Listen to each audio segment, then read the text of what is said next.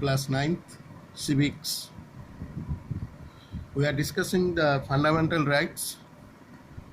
One of the important fundamental right is every citizen in India enjoys cultural and educational rights. This is very important, educational rights. Article 29 and 30, this deals with the educational rights.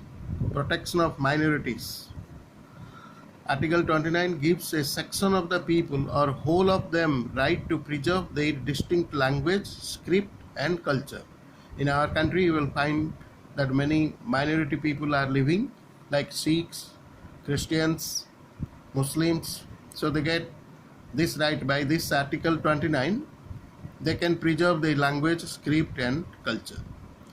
In the matter of admission to any educational institution maintained by the state, admission cannot be denied on grounds of religion, color, caste, creed, or sex. So, all the citizens of our country, they enjoy the educational rights. They can join in any educational institution which is managed by the state government. And Article 30 gives all minorities the right to establish and administer their own educational institutions of their choice. The state is also prohibited from discriminating against educational institutions in the matter of grants. Grants means here financial help or financial grants. So minorities, they have the right that they can establish schools, their own educational institutions. Then the next right is right to constitutional remedies. That deals with Article 32 deals with the constitutional remedies. That this Article 32 says that fundamental rights are justiciable. They are supported by court.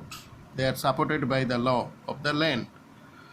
So if our rights are in danger, we can take the help of the court to protect our rights. That's called as constitutional remedies. Then to protect our fundamental rights, the both High Court and Supreme Court issue certain writs. Writs means order. An order is called as here writs. There are different types of writs are present here. One is your habeas corpus. The meaning of this word habeas corpus is that it means to have the body. By issuing such a writ, the High Court or Supreme Court can get the body of any person released if it has been unlawfully detained. If a citizen unlawfully detained, it can be asked by the court to present the person in the court. So this is one of the important order by which it can protect the fundamental right of the citizen. Mandamus. In Latin word, its meaning is we order. It is a command or a order from a superior court to a lower court or an administrative authority to perform certain duty. If lower court, in our country, lower court means your High Court is present and also district courts are present. So if they are not functioning properly, this mandamus can be issued by the Supreme Court. Then writ of prohibition.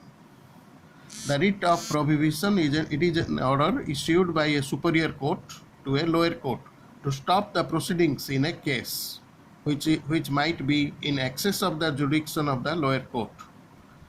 If a certain power is limited powers are given to the lower courts, if they go beyond that, then the higher court can issue prohibition, writ of prohibition. Then writ of certiorari. This writ of certiorari, this writ issued by superior court to a judicial authority desiring to be informed what is going on. It can ask to any lower court to give information about a particular case. Similarly, here quo warranto, it means by what order. It is issued when a person has usurped any office. It means that if a person, a public official, hold the office, public office wrongfully, then quo warranto can be issued by the court. So these are some of the 5 writs. Then another important part of this chapter is your different duties which should be performed by every Indian citizens. There are, you see that this particular circle, you will find that what type of, in one hand the constitution provides rights, many rights, 6 fundamental rights we enjoy, and our rights are protected, and in another hand the constitution demand to perform duties, and some of the important duties are that a citizen must abide by the constitution and to respect the national flag and national anthem. This is the first duty of the Indian citizen. Second, to follow the noble ideals which are mentioned in the constitution. Third, to uphold and protect the sovereignty, unity and integrity of India. Fourth, to defend the country and to render national service during the time of emergency. As today you will see that in the country corona, and during this time citizen must defend the country. They must provide all type of moral support for the protection of the country, security of the country, to protect, to promote harmony and brotherhood. Next, to preserve rich cultural heritage of our country. The next duty is to protect natural environment, to develop scientific temper, humanism and spirit of inquiry.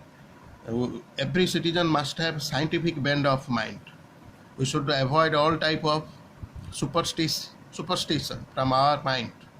We must develop this scientific temper. Then to safeguard public property and must abjure violence, to strive for excellence. As a citizen, we must try to establish excellence in the country. Duty of the parents to provide education to his child from the age of 6 to 14 years of age.